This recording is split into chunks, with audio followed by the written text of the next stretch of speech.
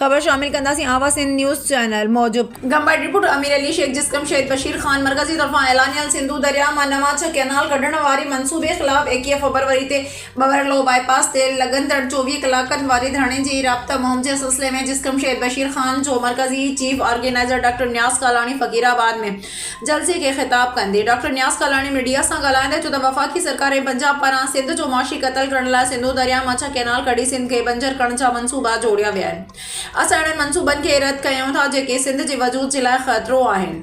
फ़कीराबाद वासियो अचो त 21 फरवरी ते बबरलो बाईपास ते लॻंदड़ धरणे खे तारीख़ी बणायूं ऐं वफ़ाक़ खे ॿुधायूं त सिंधी क़ौम सां जे तव्हां नाइंसाफ़ियूं बंदि न कयूं वयूं त असां ख़ामोश न रहंदासीं। हिन वधीक छो त असां जे आख़िरी धड़कन ताईं जदोजहद जारी रहंदी।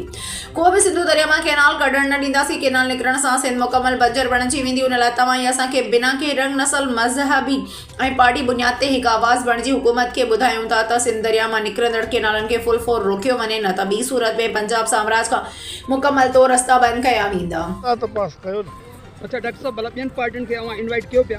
सॼी पार्टी असां सां गॾु आहे, सॼी सिंध असां सां गॾु आहे। तव्हां ॾिसो त तव्हां ॾिसो त सिंध जे कंहिं बि पार्टी जेको आहे इन शइ जी मुखालफ़त न कई आहे।